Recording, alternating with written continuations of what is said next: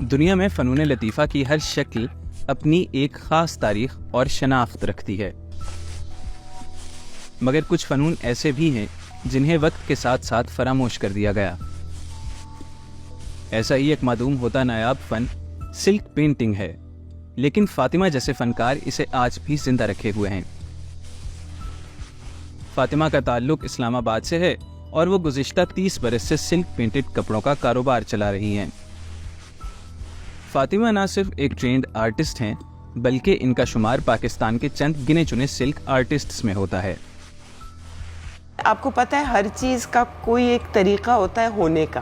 میں ایک book shop میں تھی، میں نے ایک کتاب دیکھی، اس پہ سلک پینٹنگ لکھا تھا، تو میں نے کہا اس کو میں دیکھتی ہوں، اور میں نے خرید لی، گھر لے آئی، میں نے پڑھی اور مجھے بہت پسند آئی، اور پتہ نہیں مجھے اس وقت سے پتہ تھا یہ میں کروں گی۔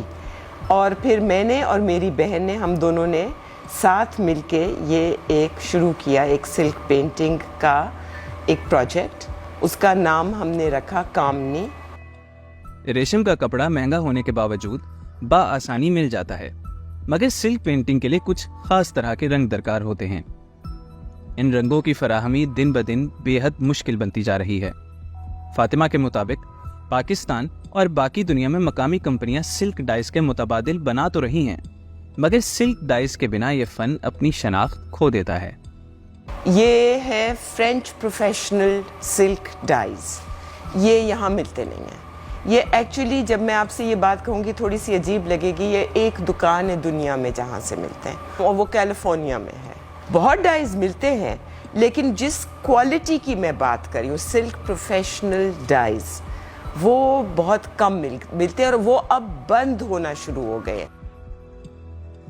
ان سب مشکلات کے باوجود فاطمہ اپنے فن کو بین الاقوامی سطح پر متعارف کراتی رہی ہیں۔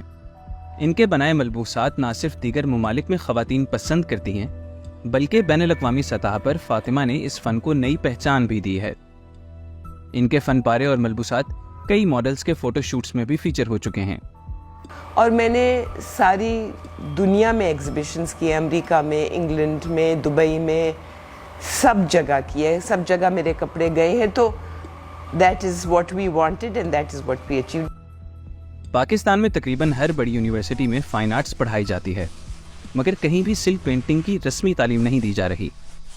فاطمہ کے مطابق یہ فن پاکستان کے مستقبل میں روشنی کی ایک کرن بن سکتا ہے، اگر اسے صحیح وقت اور پلیٹ فارم فراہم کیا جائے۔